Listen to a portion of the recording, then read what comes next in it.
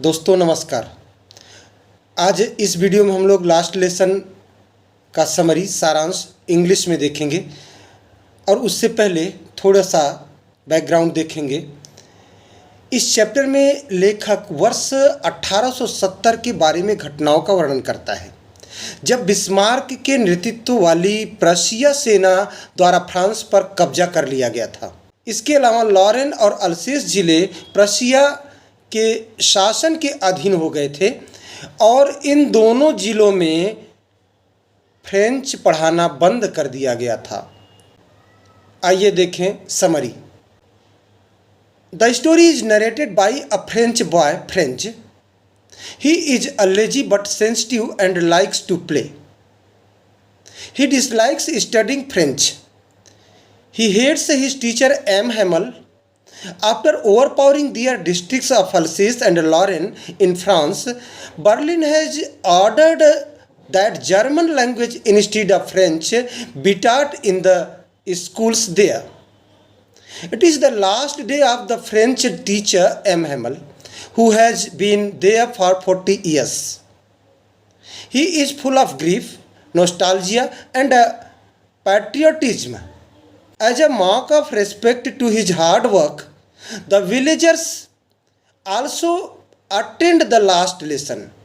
They are sad because they did not learn their mother tongue, French, in their childhood. French is shocked to know that it is his last lesson because he does not know French. Now suddenly he gets interested in learning it. He understands everything taught on that day. He develops a great liking for the teacher M. Hamel and respects for his sincerity and hard work. He feels sad at departing from him.